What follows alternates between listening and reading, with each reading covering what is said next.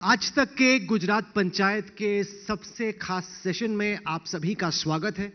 वैसे तो हर चुनाव बहुत अहम होता है, लेकिन गुजरात का ये चुनाव खासा ऐतिहासिक इस वजह से है कि अगर यहां पर भारतीय जनता पार्टी एक बार फिर से जीतती है तो पश्चिम बंगाल का सीपीआईएम का वो रिकॉर्ड जिसमें वाम मोर्चे की 7 बार सरकार बनी, उसकी बराबरी होगी। और ये बहुत बड़ी बात है क्योंकि 5 बार ज्योति बसु के साथ और 2 बार बुद्धदेव भट्टाचार्य के साथ सीपीआईएम ने पश्चिम बंगाल में सरकार बनाई थी। क्या उस कीर्तिमान की बीजेपी बराबरी कर पाएगी? इस पर चर्चा करने के लिए हमारे साथ यहां अहमदाबाद में मौजूद हैं बीजेपी के शहंशाह, देश के गृह मंत्री। जोरदार तालियों से स्वागत कीजिए अमित भाई शाह का। पूरी तरह से इस वक्त चुनावी मैदान में उतरे पड़े हैं। देर रात तक कमलम में खुद बैठे थे, किसी का दिल का दर्द, किसी का सर दर्द ठंडा करने में लगे हुए थे और काफी हद तक इन्होंने कामयाबी भी हासिल की है। लेकिन अभी भी कई चैलेंजेस हैं, क्योंकि सवाल यह कि क्या बीजेपी अपने कीर्तिमान को तोड़ेगी, गुजरात के सीट शेयर के कीर्तिमान को तोड़ेगी, या फंस फंस के एक बार फिर से जीतेगी। इन सब चीजों पे चर्चा होगी। अमित शाह साहब, स्वागत है आपका आज तक के इस मंच पे। सबसे पहले ये बताएं कि इस वक्त का गुजरात का आपके हिसाब से राजनीतिक तापमान क्या है? 2002 में 127 सीटें, फिर 117, फिर 115, फिर 99। इस वक्त आपको गुजरात का पॉलिटिकल टेम्परेचर कैसा लग रहा है?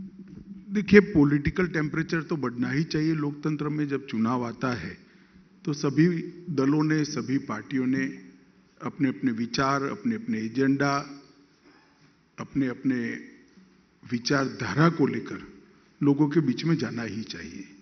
यही तो लोकतंत्र की खूबसूरती है।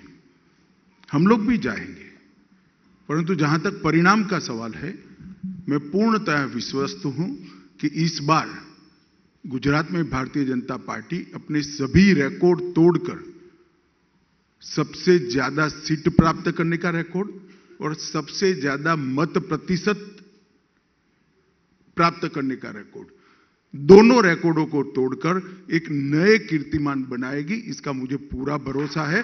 फिर से एक बार यहां भारतीय जनता पार्टी की सरकार बनेगी।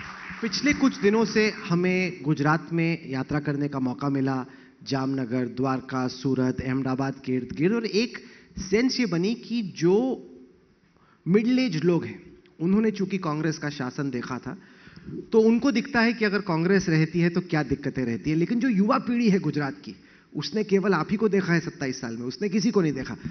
और क्या आपको ये चिंता है कि एक तरीके से लोगों को लग रहा है कि कुछ नया करके देखा जाए? ये एक फीलिंग, इतने साल से इनको देखा है, वो क्या एक बेचैनी की भावना आपको कहीं नजर आती है?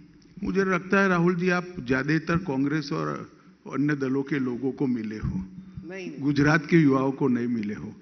ये बात निश्चित है कि कांग्रेस का शासन गुजरात के युवाओं ने नहीं देखा है, परंतु ये भी है कि गुजरात के युवाओं ने कांग्रेस की देश में सरकार देखी है, जिस सरकार ने 12 लाख करोड़ के घपले, घोटाले, भ्रष्टाचार किए, देश की सुरक्षा व्यवस्था को छिन्न विछिन्न कर दिया। और इसके बाद 8 साल से नरेंद्र मोदी जी की सरकार भी देख रही है, जिसने न केवल देश की अर्थव्यवस्था को 11वें नंबर से 5वें नंबर पर उठाकर रख दिया, देश की सीमाओं को सुरक्षित किया, देश के संस्कृति के ध्वजवाहक बनकर पूरी दुनिया के अंदर भारत का सर ऊंचा करना, भारत के गौरव को बढ़ाने का काम नरेंद्र मोदी जी ने किया है। एक गुजरात के युवाओं ने भली भांति देखा है। और दूसरी बात, गुजरात के युवाओं को आप कम मत आंकिए, नजर से नहीं देखते हैं मगर रिकॉर्ड पर नजर दी है। यहां पर गुजरात के युवाओं को पूरी तरह से मालूम है कि यही गुजरात है जहां कांग्रेस के शासन के अंदर 365 दिन में से 250 दिन से ज्यादा कर्फ्यू रहा करता था। यही गुजरात है जिसमें मैंने मेरी आंख से देखा है, पोरबंदर जिले की हद जहां शुरू होती थी, वहां दबंगों ने एक बोर्ड लगा दिया था, यहां से पोरबंदर जिला शुरू होता है, कानून और व्यवस्था की सीमाएं यहां पर समाप्त होती है। नोटिफिकेशन आज भी गुजरात सरकार के साइट पर उपलब्ध है।